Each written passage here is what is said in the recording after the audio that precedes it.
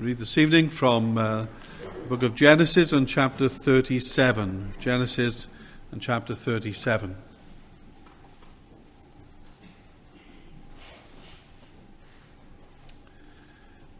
Now Jacob dwelt in the land where his father was a stranger, in the land of Canaan. This is the history of Jacob. Joseph, being 17 years old, was feeding the flock with his brothers, and the lad was with the sons of Bilhah and the sons of Zilpah, his father's wives, and Joseph brought a bad report of them to his father. Now Israel loved Joseph more than all his children, because he was the son of his old age. Also he made him a tunic of many colors. But when his brothers saw that their father loved him more than all his brothers, they hated him and could not speak peaceably to him.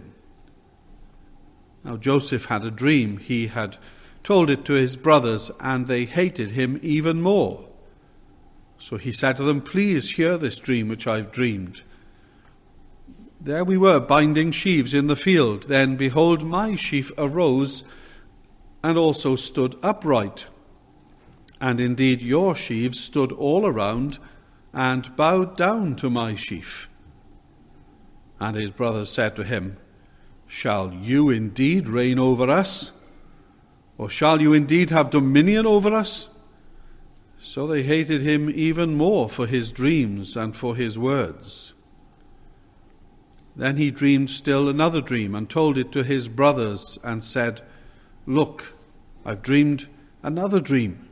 And this time the sun and the moon and the 11 stars bowed down to me." So he told it to his father and his brothers, and his father rebuked him and said to him, "What is this dream that you've dreamed? Shall your mother and I and your brothers indeed come to bow down to the earth before you?" And his brothers envied him, but his father kept the matter in mind. Then his brothers went to feed their father's flock in Shechem. And Israel said to Joseph, "Are not your brothers feeding the flock in Shechem? Come, I will send you to them." So he said to him, "Here I am." Then he said to him, "Please go and see if it is well with your brothers and well with the flocks, and bring back word to me." So he sent him out of the valley of Hebron and went to Shechem. Now a certain man found him, and there he was wandering in the field. And the man asked him, saying, "What are you seeking?" So he said, "I am seeking my brothers. Please tell me where they are feeding their flocks." And the man said, "They have departed from here, for I heard them say, 'Let us go to Dothan.'" So Joseph went after his brothers and found them in Dothan. Now when they saw him afar off, even before he came near them, they conspired against him to kill him. Then they said to one another, "Look, this dreamer is coming. Come, therefore, let us now kill him and cast him into some pit, and we shall say, 'Some wild beast has devoured him.' We shall see what will become of his dreams." But Reuben heard it, and he delivered him out of their hands and said, "Let us not kill him." And Reuben said to them, "Shed no blood, but cast him into this pit which is in the wilderness, and do not lay a hand on him, that he might deliver him out of their hands and bring him back to his father." So it came to pass, when Joseph had come to his brothers, that they stripped Joseph of his tunic, the tunic of many colors that was on him. Then they took him and cast him into a pit. And the pit was empty, there was no water in it, and they sat down to eat a meal. Then they lifted up their eyes and looked, and there was a company of Ishmaelites coming from Gilead with their camels, bearing spices, balm, and myrrh, on their way to carry them down to Egypt. So Judah said to his brothers, "What profit is there if we kill our brother and conceal his blood? Come, let us sell him to the Ishmaelites, and let not our hand be upon him, for he is our brother and our flesh." And his brothers listened. Then Midianite traders passed by, so the brothers pulled Joseph up and lifted him out of the pit and sold him to the Ishmaelites for 20 shekels of silver, and they took Joseph to Egypt. Then Reuben returned to the pit, and indeed Joseph was not in the pit. And he tore his clothes, and he returned to his brothers and said, "The lad is no more, and I, where shall I go?" So they took Joseph's tunic, killed a kid of the goats, and dipped the tunic in the blood. Then they sent the tunic of many colours, and they brought it to their father and said, "We have found this. Do you know whether it is your son's tunic or not?" And he recognized it and said, "It is my son's tunic. A wild beast has devoured him. Without doubt Joseph is torn to pieces." Then Jacob tore his clothes, put sackcloth on his waist, and mourned for his son many days. And all his sons and daughters arose to comfort him, but he refused to be comforted. And he said, "For I shall go down to the grave to my son in mourning." Thus his father wept for him. Now the Midianites had sold him in Egypt to Potiphar, an officer of Pharaoh and captain of the guard. Amen. May God bless the reading of his word to us tonight. For some months on Lord's Day mornings, we've been looking at the book of Genesis. And those who've been here long enough will realize that I've preached through the book of Genesis backwards. I started with the story of Joseph and went to Isaac and Jacob and back to the beginning and then Abraham. So we've been sort of all over the place in Genesis. But I do want us to look tonight briefly at the life of Joseph. It has an important message for us, I think.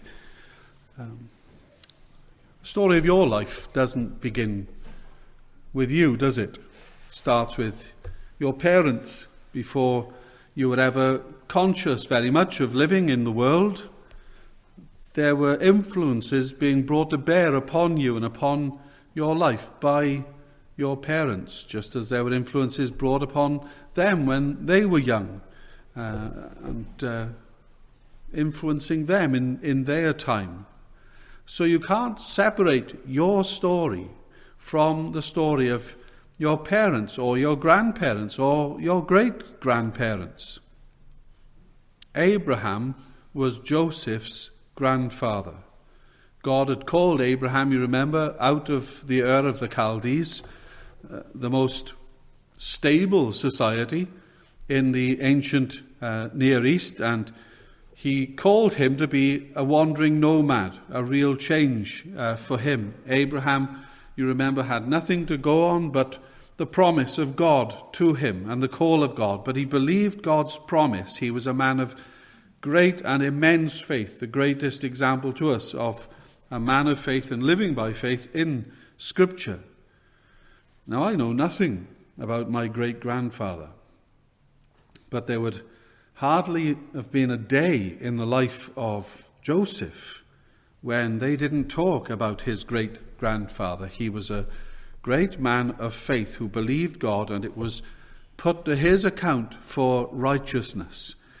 And then his grandfather, of course, was Isaac. Isaac, who had been once almost offered up to God as a human sacrifice, but God had provided a lamb for himself. It was all a wonderful picture of Christ coming and dying and rising again, acted out there in the land of Moriah. And Joseph would have been told about Isaac while he was still a lad. And his father, of course, was Jacob.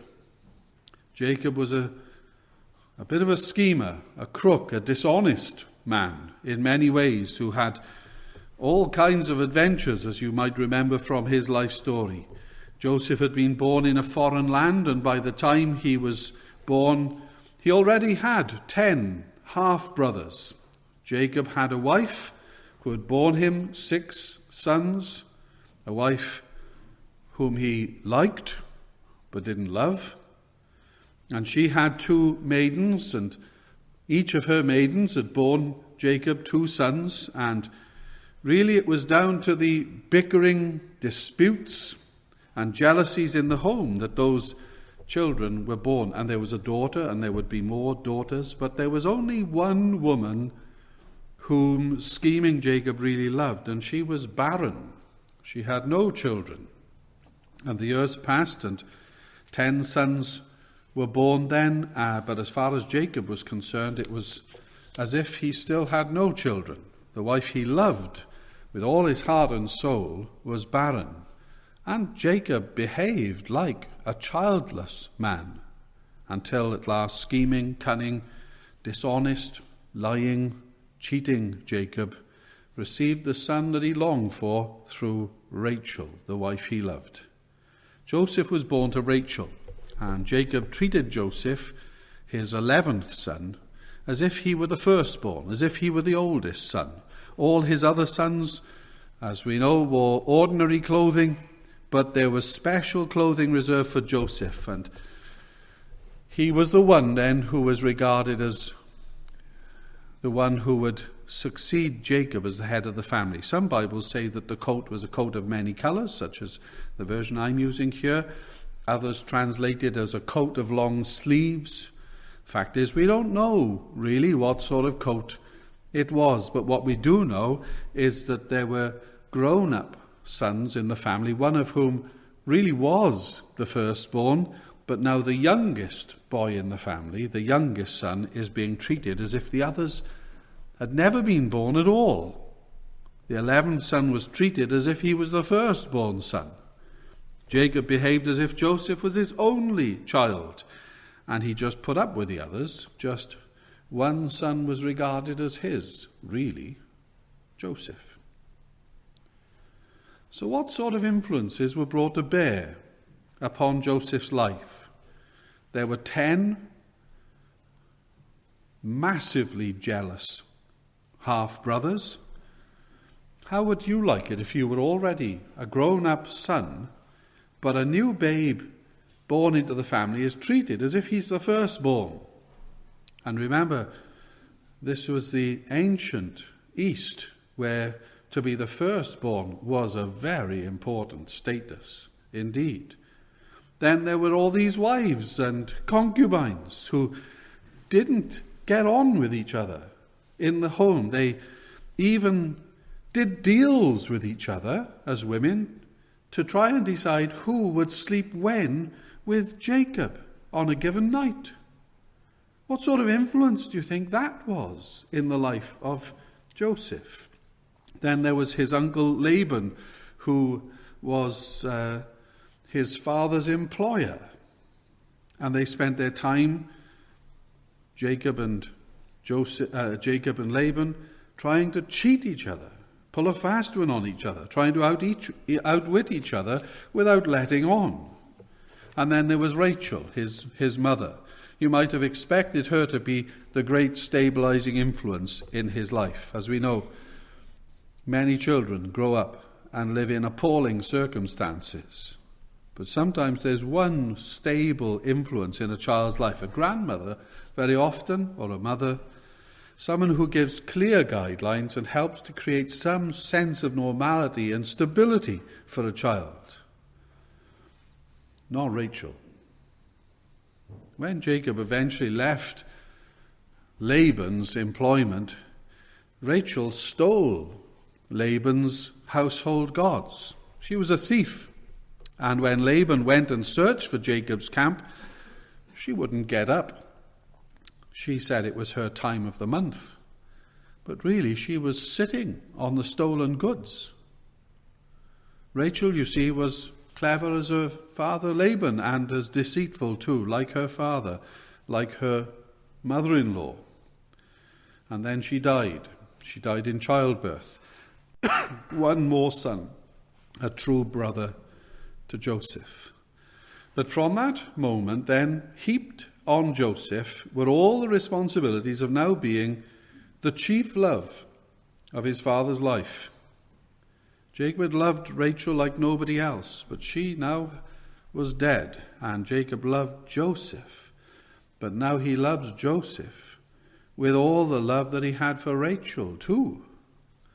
And so you can imagine the strain and the pressure that put upon Joseph, There was this intense possessiveness that he had to live with and cope with, and the great responsibility of being the thing that his father lived for. Now, we don't know what kind of character Joseph was. We don't know if he was a nice person. We don't know that, do we? We do know that his brothers didn't think anything of him, and especially when he was the one who would snitch, who would split on them whenever they got up to any kind of mischief. He'd be the one who would tell. So they hated him. And when Joseph began to tell the dreams that he was having, as we read earlier in the passage that we read from Scripture tonight, their hatred for him just boiled over. "Listen to my dream," he said. "We were all out gathering our sheaves and stacking our sheaves, and your sheaves, all of your sheaves, bowed down to mine. Who does he think he is? Do you think we are going to bow down to you? I've had another dream. I saw the sun and the moon and the stars, and they all bowed down to me." And at that point, even his father Jacob rebuked him. "What are you talking about?" he says. "Am I and your late mother and your brothers going to prostrate ourselves before you?" That was the last straw. And in the hearts of the brothers towards him, from that point, was nothing but hatred and envy and suspicion, disgust. And yet that man, Joseph, this young man from such a troubled, unstable, difficult background, was going to be made into a great man of God. God was going to do it. God was going to bring a change in his life. So next time you are walking through Maesycwmmer or standing on the street corner where you live and you see a bunch of yobbos going by, remember that they may be from similarly troubled backgrounds as Joseph, where there is envy and lies and spite and swearing and theft and deceit and adultery and a good more besides. And don't write them off. Remember that God can change their lives and make them men of God. God doesn't choose people because they're good, nor does he refuse to choose people because they're bad. The Lord has mercy upon whom he will have mercy, and whom he will, he hardens. And his eye of love was upon Joseph. And he's going to make this young man a godly man. And as Cooper puts it so well, God moves in a mysterious way to perform his wonders.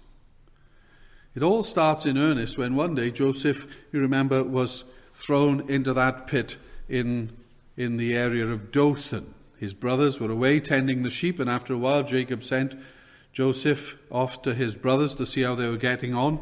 Well, they saw him coming, perhaps because of his coat, and they began to plot with each other to plan his death. Joseph, 17 years of age at that point, gets to them, and they grab him, and they tear off the coat from him.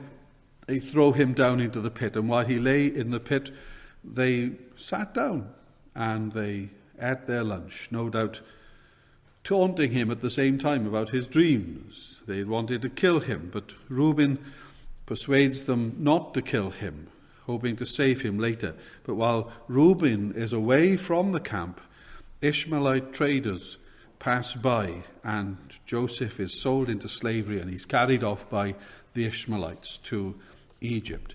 And then the brothers sent back that coat, covered with the blood of a young kid, and they have to face the prospect then of living with a father who grieves to his dying day the loss of his favoured son.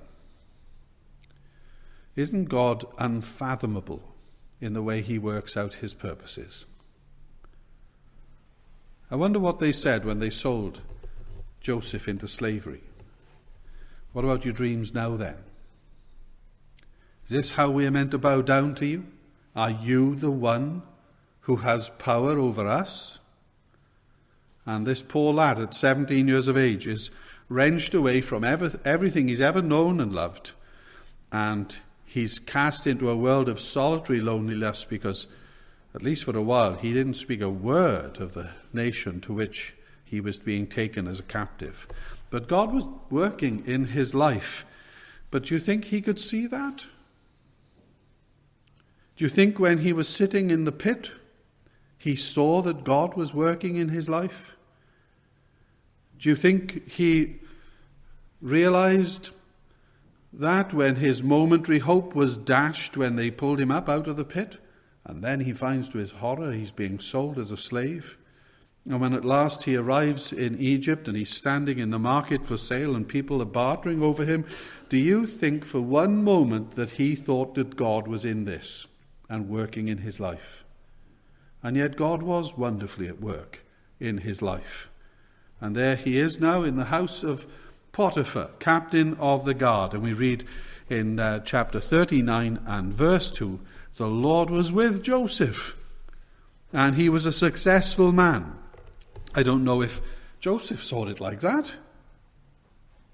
After all, he was a slave. The Lord was with Joseph, and he was a successful man, not because of his circumstances, but because the Lord was with him. That's what made the difference. And despite the enmity he suffered from his brothers, and despite the twistedness that was in his own character and in his own nature and background, there was nonetheless love for the Lord in his life. And even when he was stripped of his family life and everything that he had previously experienced and all that he had known of the things of God, still there was in his heart a bias. He was set towards the Lord. The Lord was working in him and making him into the man of God. The Lord was with Joseph, and he was a successful man.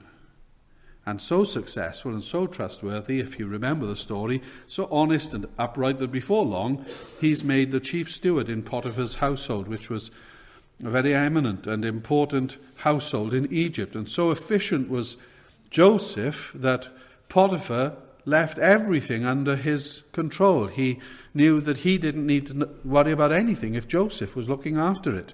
All he had to think about, we're told, was the food that was on his plate before him day by day. Everything else he left in Joseph's hand. But Potiphar had an unfaithful wife.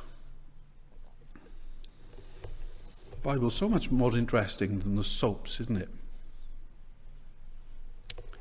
This woman, when her husband went to work, attempted to seduce him, no doubt employing all the means that a seductive woman might use to ensnare him, the fluttering eyes, the attractive clothes, the turn of the head, and all the other things that a woman might do to seduce a man.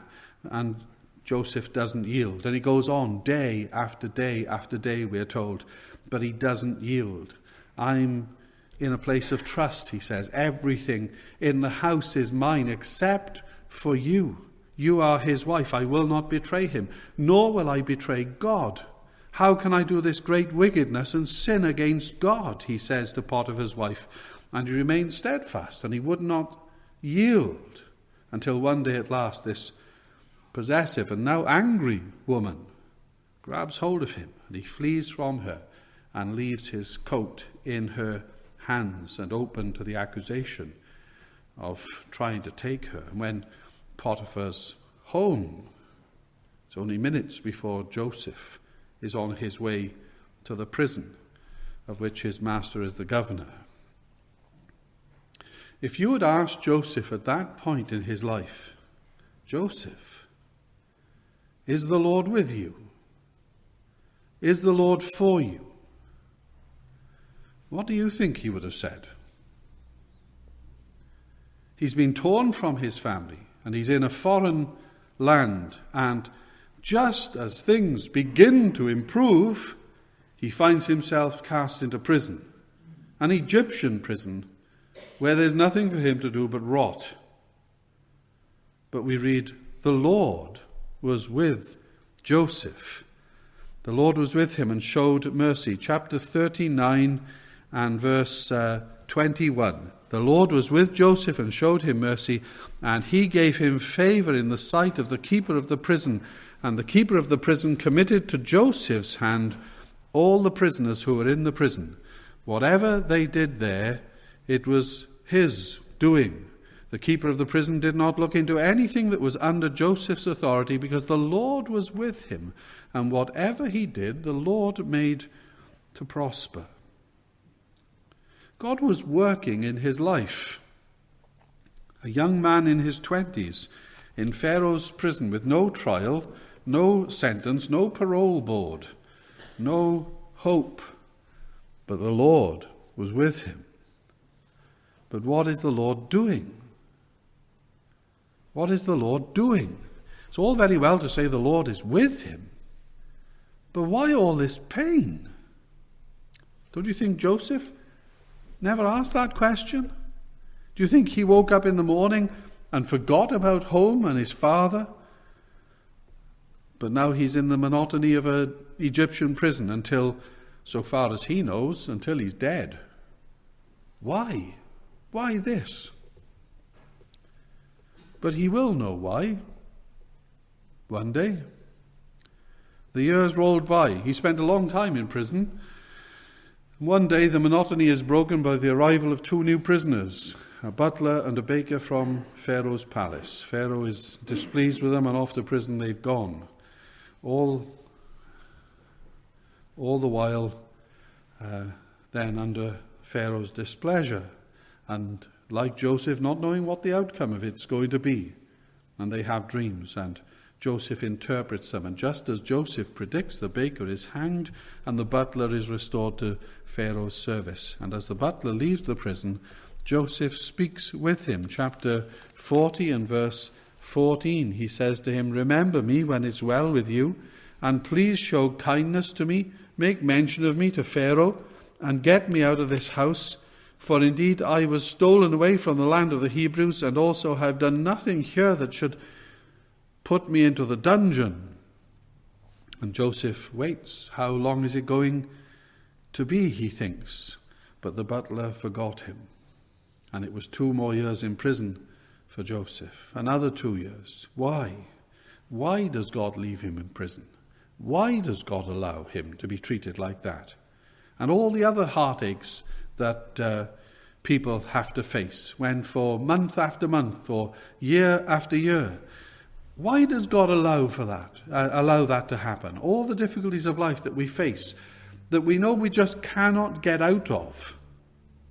It doesn't change, and there's no hope, apparently, no hope that it'll ever change. Why does God allow that? What is God doing? Why? We don't know. And we don't know what God taught Joseph through those years either. But at last there's a smile on Joseph's face that takes away his tears. Pharaoh has a dream. 2 dreams, and they're strange dreams. 7 well-fed cows come out of the river and begin to graze until 7 thin cows come out of the river and eat up the 7 well-fed cows, but the thin cows don't get any fatter. It's all very strange, and Pharaoh knows it means something. But what?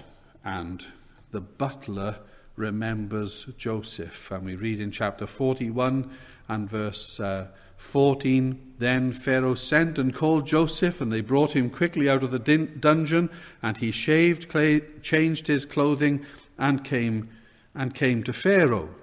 And Pharaoh said to Joseph, 'I've had a dream, and there's no one who can interpret it. But I've heard that it is said of you that you can understand a dream and to interpret it.' So Joseph answered Pharaoh, saying, 'It is not me. God will give Pharaoh an answer of peace.' And having heard the dream, Joseph interprets the dream of Pharaoh. He explains that Egypt's going to have 7 years of prosperity, followed by 7 years of raging famine. In the 7 years of prosperity, he said, you must prepare for the 7 years of famine. Someone has to be appointed to supervise the storage of food in readiness for the famine. Set aside 20% of the harvest for 7 years, so that there'll be a reserve for the years of famine. Chapter 41 and verse 37. So the advice was good in the eyes of Pharaoh and in the eyes of his servants. And Pharaoh said to his servants, "Can we find such a one as this, a man in whom is the Spirit of God, and Joseph gets the job. Faithful in little things, organizing Potiphar's home. Now he's going to organize Egypt. He's lived according to the light he has, and now God exalts him for his light to shine. God doesn't always exalt such people, of course. Some Christians die in prison. Some have to live in exile. Some are killed. In recent years, many Christians in Vietnam have been buried alive, in Iraq, in Iran, in Sudan, in Syria, and many other places. They've been murdered. But Joseph is one who God's mercy is going to exalt to a position of authority. Pharaoh's ring, the seal on Pharaoh's finger. Joseph receives that so that he can enact laws in Egypt. He has the second best chariot in Egypt after Pharaoh's chariot. Wherever he goes, men go before him and call out, "Bow down." So wherever he goes, this young man who a few days earlier was rotting in prison, people acknowledge to be the Grand Vizier of Egypt, second only to Pharaoh. And he has a wife. Chapter 41 and verse 51. Joseph called the name of his firstborn Manasseh, for God made me forget all my toil and all my father's house. Manasseh means making forgetful, the bitterness of those awful 13 years. He's now 30 years of age. To some extent is taken away. Chapter 41 verse 52, and the name of the second he called Ephraim, for God caused me to be fruitful in the land of my affliction. In the very land where all these awful things happened, God was now making him fruitful. Now, why has all this happened? Had God directed his life in such a way just to make him a ruler in a foreign country? Has God done all this just so that a true believer can be second to Pharaoh, to give him a high status? No. God was doing something in Joseph, something which only heaven can do in a person's life. And to find out what that is, we have to come to the very end of the story. And so we've got to skip a couple of interesting chapters of his life, including the chapter that recounts his meeting with his brothers 20 years after they thought they'd seen the last of him. That must be one of the most dramatic and moving and amazing incidents, I think, in history. How those old dreams must have come flooding back into his mind at that time. The brothers had come down to Egypt to buy food. He recognized them. They didn't recognize him. What an amazing drama that story is. There's such an incredible conflict of emotion in Joseph. He sees his 10 half-brothers. He longs to see Benjamin, who he hadn't seen for over 13 years. And you have all the twists and turns of the drama spelled out for us there. Simeon is held as a hostage in Egypt to make sure they return with Benjamin. On the way home, they find the money that they'd paid for the grain had been put back into the sacks with the grain. At last, Benjamin comes back with them, and when they go home, they're arrested on the way. Joseph's cup is found in Benjamin's sack, and fear grips them all. And then the tears of the final reunion with Joseph as he makes himself known to them. And then old, doddering, white-haired Jacob coming down to Egypt. And you see Jacob blessing Pharaoh, and then the whole clan settling in Goshen. And then we see Jacob crossing his hands, giving the blessing to the wrong son of Joseph, just like he had stolen the blessing from Esau many years before. And we read of Jacob dying and Pharaoh sending a full military escort of all the noble men of Egypt to bury Jacob in Canaan with Isaac and Abraham. And off they go back to Egypt. And you get to that point and you're wondering what it's all about and where this story is supposed to be going. And there's only 12 verses left. What's the explanation of all you've been reading in these latter chapters of this great book of Genesis? And coming to the closing verses, at last, a curtain, as it were, is drawn back, and we can see why it's all happened, and it's all made clear to us. Jacob is dead, and his brothers are afraid, and Joseph is the second most powerful man in the known world. He could have snuffed them out in a moment.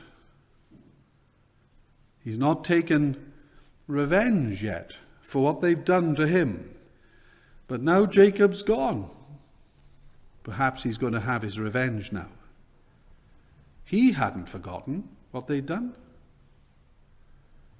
When he sat down to eat with them the second time they were in Egypt, you might remember the second time they went down for grain, he had sat them at the table in the order of their birth. He hadn't forgotten the smallest detail. That's why he had the job that he had in Egypt. So he's not forgotten what they've done to him. And now Jacob's gone. Now he will deal with us, the brothers say.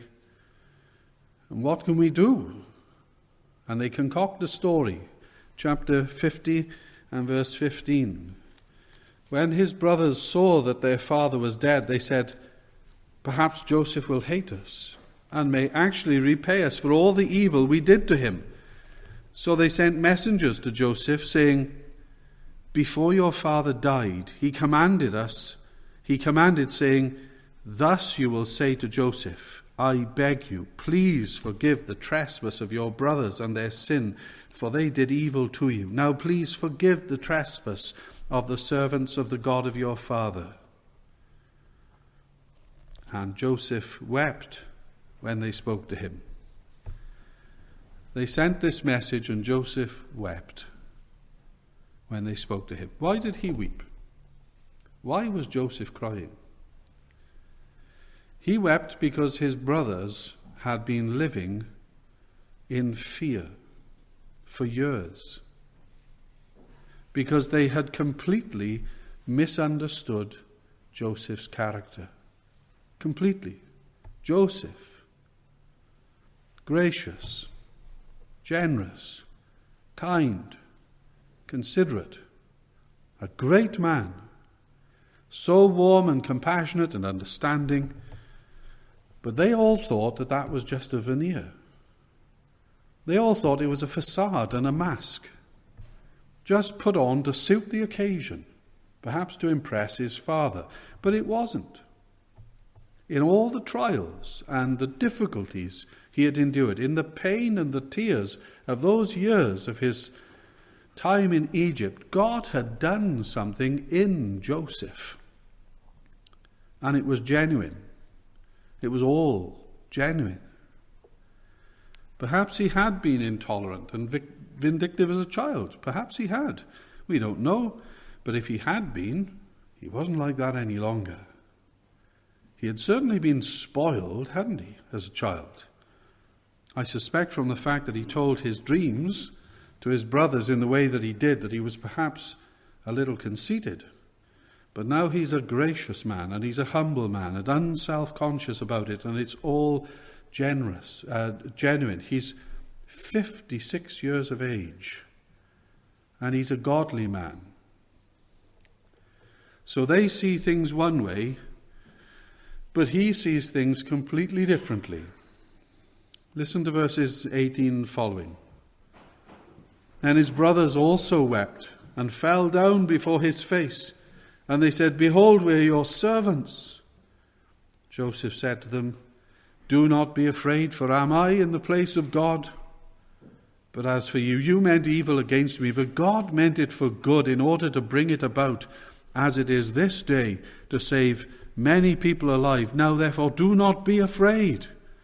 I will provide for you and your little ones. And he comforted them and spoke kindly to them, or as it is in the original Hebrew, he spoke to their hearts. At last he got through to them. Joseph was weeping, not out of self-pity, but because of his brothers' misunderstanding of him. He wept out of concern for their concern. They had groundless fears, and they were breaking their hearts, and they were now breaking his heart. Here's Joseph, a great man, but a man clothed with humility and kindness. That's what God had been doing in him through those years. When he said God meant it for good, he didn't only mean God has done this to save you. He did mean that. But he didn't only mean that. What Joseph meant was God has done good to me. God meant it for good, not just to rescue the people of God through all these terrible experiences that I've had to endure, but God meant it for my good too. That's what he means.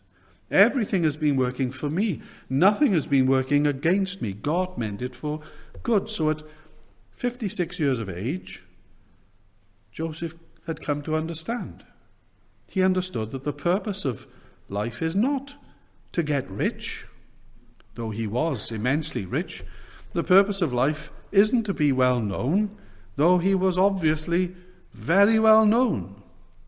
The purpose of life is not to have influence. And boy, did he have influence.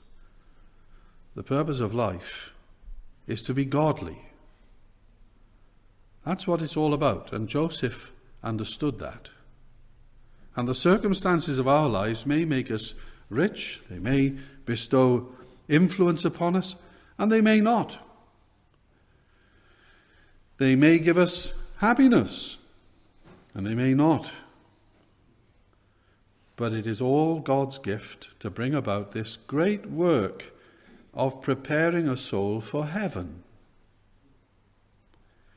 Joseph would live for another 49 years, of which we are told next to nothing, except that he was a humble, godly, dependable man. God had done wonderful things in his life, and he understood that the purpose of it all was not that you might remember the name of Joseph, though we do, and even little children in school are being taught about Joseph today still, but that this one man might be holy on earth before going to the holiness of heaven.